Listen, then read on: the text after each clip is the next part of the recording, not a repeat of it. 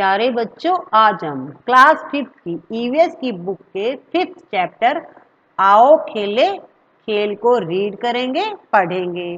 तो बच्चों, आप भी गेम खेलते हैं ना? तो आज हम इस पाठ में पढ़ेंगे कि कौन कौन से खेल होते हैं और हमारे लिए वो किस प्रकार लाभदायक होते हैं। ठीक है बच्चों, तो शुरू करें पाठ।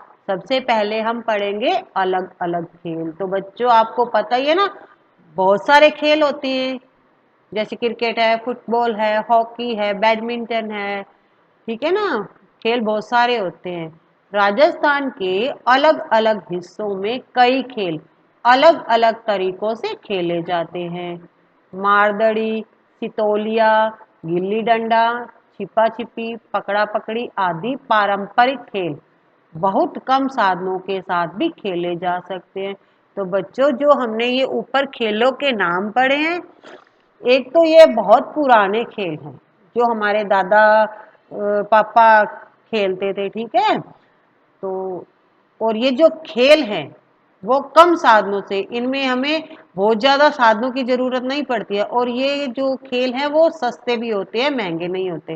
जैसे पकड़ा पकड़ी है, तो आपको पता ही है ना, इसमें बच्चों की ज़रूरत होती है।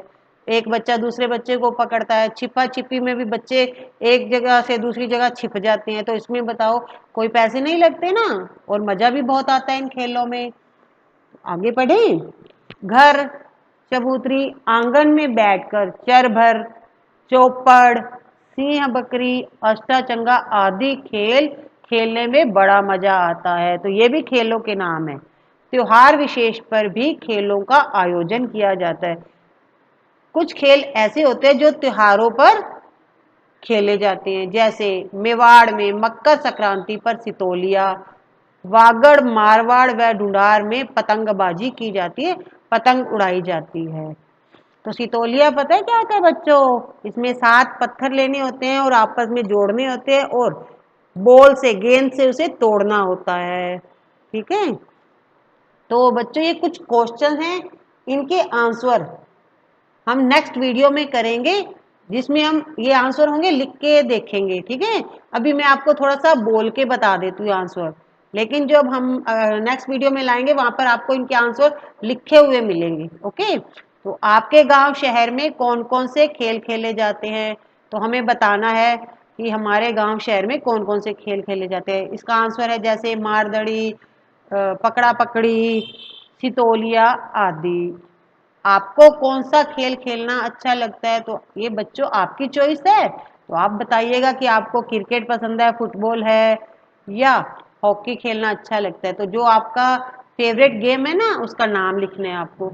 आपके घर पड़ोस के बड़े लोग, उनके बचपन में कौन कौन से खेल खेलते थे, तो इसका आंसर भी आप अपने घर में दादाजी से, पापा से, मम्मी से पूछोगे कि वो बचपन में कौन कौन से खेल खेलते थे, तो उन खेलों के आपको नाम लिखने हैं। ठीक है बच्चों, तो अब देखो, चित्रों को आप ध्यान से देखिएगा। ये कुछ खेलों के नाम है, जैसे पहला है बिलियर्ड्स, सेकंड है शतरंज जिसे चेस बोलते हैं, आपने देखी होगी। ठीक है,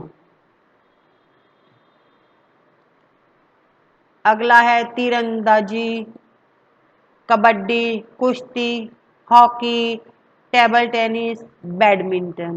तो बच्चों ये कुछ खेलों के नाम हैं। तो ये क्वेश्चन है, लिखे हुए जो आंसर होंगे हमारे नेक्स्ट वीडियो में आपको जरूर मिलेंगे। अभी मैं आपको बोल के आंसर थोड़ा बता देती हूँ। ठीक है, चित्र में कौन कौन से खेल खेले जा रहे हैं, आपने अभी ऊपर चित्र देखे ना, आपको उनके चित्रों खेलों के नाम लिखने हैं बच्चों। दूसरा है कबड्डी में एक टीम में कितने खिलाड़ी होते हैं। तो बच्चों, आपने हिंदी में कबड्डी वाला चैप्टर पढ़ा होगा, नहीं पढ़ा तो आप हमारा वीडियो देखिएगा, उसमें हमने पार्ट को पढ़ाया है। तो मैं इसका आंसर आपको बता देती हूँ। कबड्डी में एक टीम में 7 खिलाड़ी होते हैं। ठीक है, 2 टीमें होती है ना, दोनों में 7-7 होते हैं। कौन कौन से खेल मैदान में खेले जाते हैं, इसका आंसर है कि कौन कौन से खेल घर के बाहर खेले जाते हैं। जैसे क्रिकेट है, खुली जगह पर खेले जाते हैं। फुटबॉल है, ठीक है, हॉकी है, इनको खेलने के लिए हमें जगह ज्यादा चाहिए होती है। तो ये खेल है मैदान में खेले जाते हैं। कौन कौन से खेल बंद जगह कमरे में खेले जाते हैं। आप घर में अंदर अपने घर के अंदर एक कमरे में कौन से गेम खेलते हो, जैसे शतरंज है, लूडो, ये गेम है जो अंदर हम घर में बैठ के आराम से खेल सकते हैं। जब एक से ज्यादा खिलाड़ी साथ साथ खेलते हैं तो परस्पर जो सहयोग का भाव बनता है उससे खेल की भावना विकसित होती है। तो जब हम बच्चों, जब बहुत सारे बच्चे आपस में खेलते हैं ना, बहुत सारे खिलाड़ी खेलते हैं, तो उनमें क्या होता है, वो हमारे दोस्त बन जाते हैं। तो उससे हमें प्रेम की भावना हो जाती है ना, प्रेम हो जाता है, प्यार हो जाता है उनसे, तो हम एक दूसरे से मिलजुल कर खेलते हैं। तो मैदान में खेले जाने वाले खेल, आउटडोर खेल, तो बच्चों जैसा हमने मैं ऊपर बताया था ना, कौन से खेल मैदान में खेले जाते हैं, तो जो बाहर खुली जगह पर खेले जाते हैं बच्चों, घर के बाहर खेले जाते हैं, उनको कहते हैं आउटडोर खेल। क्योंकि आउट का अर्थ होता है ना बाहर, और बंद जगह वह कमरे के अंदर खेले जाने वाले खेलों को इंडोर खेल कहते हैं। जो हम बंद जगह पर कमरे के अंदर खेलते हैं उनको कहते हैं इंडोर खेल। इनका अर्थ होता है अंदर। ओके, आजकल दूरदर्शन पर, टीवी पर कबड्डी के मैच दिखाए जाने के बाद कबड्डी अत्यंत लोकप्रिय होता जा रहा है।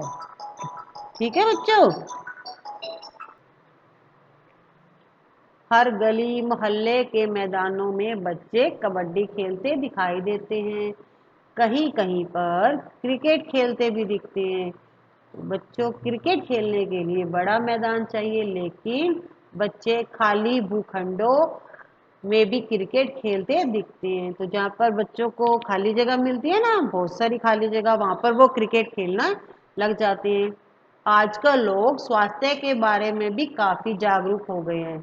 अपनी सेहत को लेकर भी बहुत लोग जागरूक हो गए हैं। अतः योग भी अधिक लोकप्रिय हो रहा है। आओ अब हम योग के बारे में भी जाने। तो बच्चों, यहाँ पर कुछ चित्र दिए हुए हैं, आप देख रहे हैं ना, यहाँ पे ये सूर्य नमस्कार है, ये एक प्रकार का योग है। तो इस योग को करने के लिए 12 स्टेप होते हैं, 12 चरण होते हैं।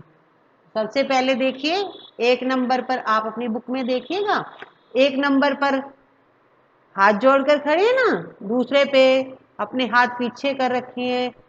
आप तीसरा स्टेप देखिए, आगे की ओर झुके हुए। फिर आप चौथा स्टेप देखिए, पांचवा हमें इस तरह करना है, फिर इस तरह से करना है। तो हमें कुल मिलाकर 12 स्टेप करने होते हैं सूर्य नमस्कार से। ये एक प्रकार का योग है।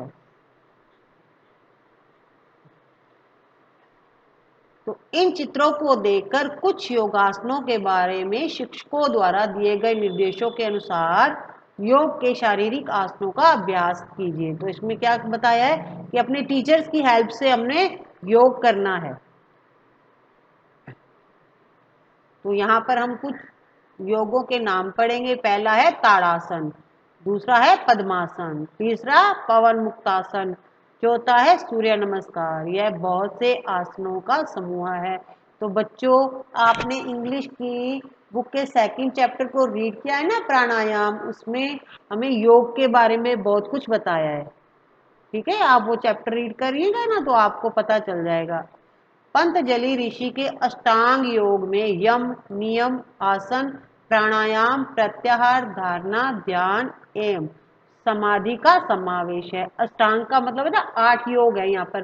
पहला यम, दूसरा नियम, तीसरा आसन, चौथा प्राणायाम, पांचवा प्रत्याहार, छठा धारणा, सातवां ध्यान और आठवां है समाधि। तो अष्टांग का 8 योग है। विद्यार्थियों के सर्वांगीण विकास के लिए ध्यान अति आवश्यक है। इससे जीवन जीने की कला का विकास होता है, जीवन के प्रति सकारात्मक दृष्टिकोण विकसित होता है। तो बच्चों, सकारात्मक दृष्टिकोण क्या होता है? जब हम अच्छी अच्छी बातें सोचते हैं, हमारे दिमाग में, मन में अच्छे अच्छे विचार आते हैं, तो वो होते हैं सकारात्मक विचार। और नकारात्मक होता है जब हमारे मन में बुरे विचार आए या गलत धारणाएं आए, वो होता है नकारात्मक। तो बच्चों, हमें क्या बनना है? सकारात्मक। हमारा दृष्टिकोण, देखने का नजरिया सकारात्मक होना चाहिए। हमने अच्छी बातों को ध्यान में रखना है। योग शारीरिक, मानसिक, बौद्धिक, आध्यात्मिक विकास में भी सहायक होता है। योग करने से हमारा शरीर फुर्तीला हो जाता है, जो हमारा मन मस्तिष्क है वो शांत रहता है। तो आगे प्रश्न है जो हम नेक्स्ट वीडियो में करेंगे। ठीक है बच्चों, अब हम पढ़ेंगे कि स्वामी विवेकानंद ने कहा था सर्वप्रथम हमें नवयुवकों को बलवान बनाना चाहिए। योग एवं खेल मनोरंजन के साथ शरीर को सुगठित, स्वस्थ, सुडौल और सुंदर बनाते हैं।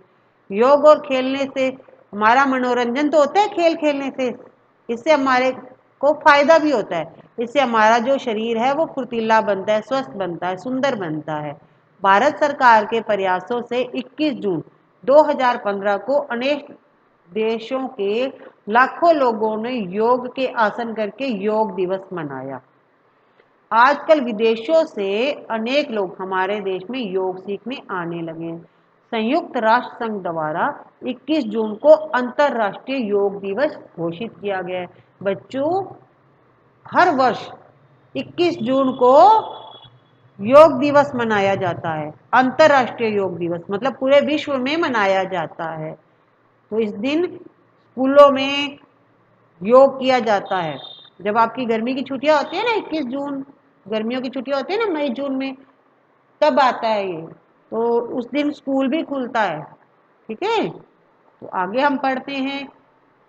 मनोरंजन के साथ सुंदर स्वस्थ बनाते खेल, बौद्धिक शारीरिक विकास के साथ अनुशासित बनाते खेल, सहचर सहयोग का भाव बढ़ाकर उत्साह उमंग बढ़ाते खेल, जीत विश्वास संघर्ष सिखाकर जीवन सुंदर बनाते खेल। तो खेल खेलने से क्या होता है, हम स्वस्थ बनते हैं, हमारा शारीरिक विकास होता है, हम में प्रेम प्यार की भावना जागृत होती है।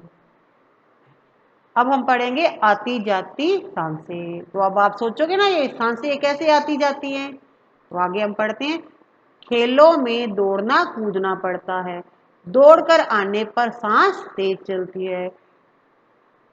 तो बच्चों आपको क्या करना है, जैसा मैं आपको बता रही हूँ ना, आप वैसे वैसे स्टेप करिएगा। सबसे पहले देखो, शांत बैठकर सामान्य रूप से सांस लेनी है आपको।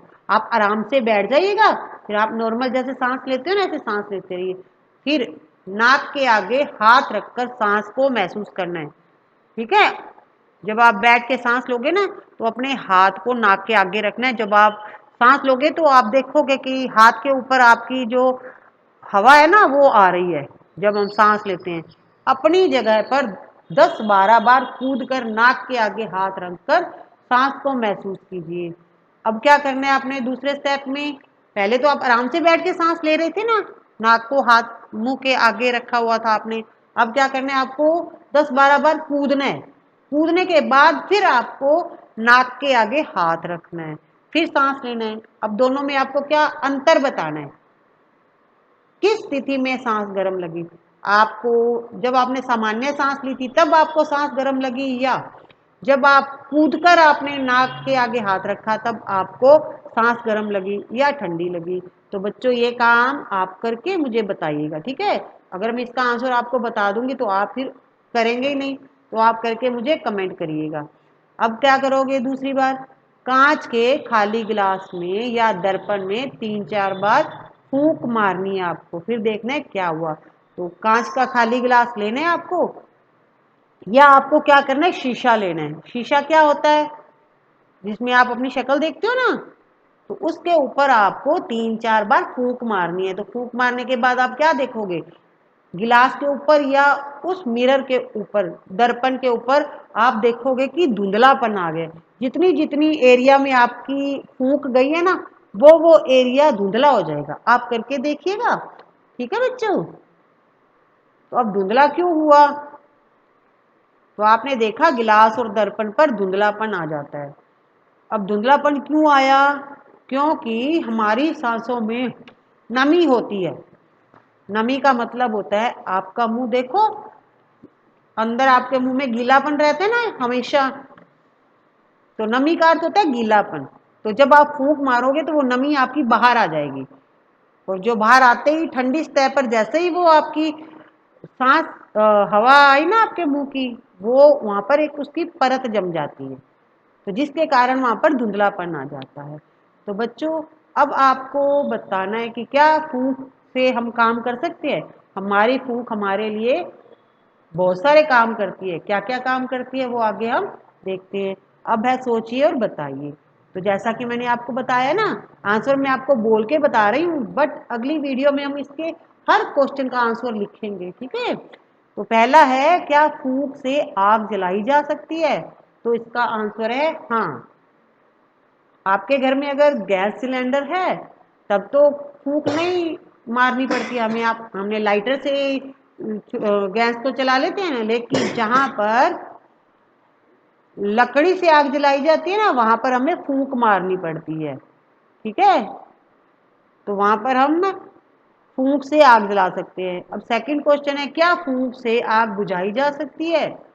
नेचुरल है बच्चों, आपको पता ही है ना, फूंक मार के हम आग बुझा लेते हैं।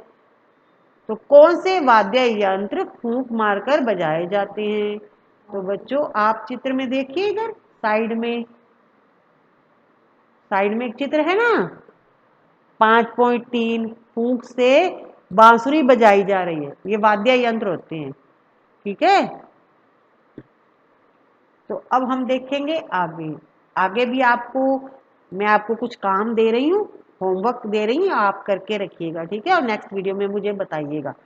तो सबसे पहले आपको क्या करना है, एक धागे की खाली गिट्टी, रील होती है ना जिसपे धागा लपेटा होता है, वो जब खाली हो जाए ना तो आपको लेनी है। लेकर उसका एक छोर कागज चिपकाकर बंद कर देना है। उसके दो होल होते हैं, दो तरफ से वो खुला होता है ना, तो एक एक आपको क्या करना है, कागज से चिपकाकर बंद कर देना है। और बंद सिरे के पास आपको एक छोटा सा छेद करना है, होल करना है। छेद पर सरकंडे की गोली रखकर खुले सिरे को मुंह में रखकर फूंक मारनी है। फिर आप देखिए क्या होता है। तो बच्चों ये होमवर्क दे रही हूँ ना, तो आप ये करिएगा, फिर मुझे इसका आंसर बताइएगा, ठीक है। अब सेकंड आपको क्या करना है, आपको शांत बैठना है और सांस लेनी है। जैसा कि हमने ऊपर देखा था ना, घड़ी में आपको टाइम देखना है कि आप 1 मिनट में कितनी बार सांस लेते हो। तो ये जो क्रिया है आपको कक्षा के, अपनी क्लास के दूसरे स्टूडेंट्स के साथ भी करनी है। थर्ड क्या करना है, हमने अपने विद्यालय के मैदान में, आपका जो ग्राउंड है ना स्कूल का, उसमें आपको दौड़कर 2-3 चक्कर लगाने हैं। फिर आपको घड़ी देखनी है कि आप 1 मिनट में कितनी बार सांस लेते हैं, आपको गिनना है। तो क्या फर्क महसूस करोगे, जब आप आराम से बैठे थे आपने सांस ली थी, और जब आप दौड़कर आए तब आपने सांस ली, उन दोनों सांसों में आपको डिफरेंस महसूस करना है, अंतर निकालना है कि सांसें कम हुई है या ज्यादा। एक स्वस्थ व्यक्ति 1 मिनट में 15 से 20 बार सांस लेता है। तेज चलने से, दौड़ने खेलने से हमारी जो सांसें हैं वो तेज चलती है।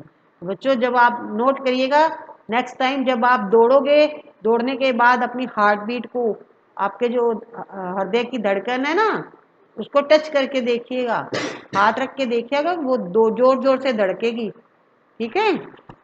फिर क्या करना है, आपको एक फीता लेना है और अपना सीना, अपनी छाती नापनी है। अब जोर से सांस अंदर खींचकर अपना सीना अपने साथी से आपने नपवाना है। कक्षा के अन्य बच्चों के, जो आपके क्लासमेट है ना, जो आपके साथ पढ़ते हैं स्टूडेंट, के सीने भी आपको इसी तरह से नाप कर देखने। क्या सांस को अंदर खींचकर भरने से सीना फूल जाता है? तो बच्चों ये जो मैंने आपको होमवर्क दिया है ना, आप ये करके रखिएगा, ठीक है। तो अब हमने क्या करना है, पोयम बोलनी है। कमजोरी को दूर भगाकर सुंदर स्वास्थ्य बनाते खेल, कौशल बहुत सिखाते खेल, रंग नस्ल का भेद मिटाकर सबको गले लगाते खेल। तो अब देखिए खेलों से हमें क्या फायदा होता है, खेल खेलने से हमारी जो कमजोरी है वो दूर हो जाती है, हमारा स्वास्थ्य अच्छा हो जाता है, हमारा शरीर है वो सुंदर सुगठित हो जाता है, और हमें ये बहुत कुछ सिखाता है। खेल रंग नस्ल का भेद मिटाता है। यहाँ पर ये नहीं देखा जाता कि कोई काला है या गोरा है, जिसको खेलना आता है वो बड़े आराम से खेलता है, सब मिलजुल कर खेलते हैं। इससे हमारे में सहयोग की भावना पैदा होती है। अब बच्चों प्रमुख खेल प्रतिभाएं हैं जिन्होंने अपनी उपलब्धियों से हमें गौरवान्वित किया। तो बच्चों अब मैं आपको कुछ खिलाड़ियों के नाम बताऊंगी जिन्होंने हमारे देश का गौरव बढ़ाया। ठीक है, तो सबसे पहला तैराकी में कौन से खिलाड़ी मशहूर हुए हैं, फेमस हुए हैं? भक्ति शर्मा। तैराकी का मतलब होता है जो तैरने वाला खेल, जिसमें खिलाड़ी क्या करता है, तैरता है। तो इसमें कौन फेमस हुए हैं? भक्ति शर्मा। ये आपको याद करनी है, ये क्वेश्चन आता है आपका। तीरंदाजी में लिम्बाराम, मुक्केबाजी में मैरी कॉम, और क्रिकेट में तो आपको पता ही है, क्योंकि आप, मुझे पता है आप क्रिकेट खेलते हो, सचिन तेंदुलकर। ये फेमस खिलाड़ी हैं जिनके बारे में हमने पढ़ा है, तो आपको ये लर्न करना है। तो अब आप बताइए आपको कौन कौन से खेल अच्छे लगते हैं? ठीक है, उसका आंसर लिखिए यहाँ पर। तो बच्चों अब हमने इस पाठ में क्या सीखा? सबसे पहले हमने सीखा कि खेल आउटडोर व इंडोर दो प्रकार के होते हैं। आउटडोर गेम वो होते हैं जो घर के बाहर खुले मैदान में खेले जाते हैं, और इंडोर गेम वे होते हैं जो घर के अंदर कमरे में खेले जाते हैं। खेल को खेल की भावना से खेलना चाहिए। खेलने से हमारा स्वास्थ्य अच्छा रहता है।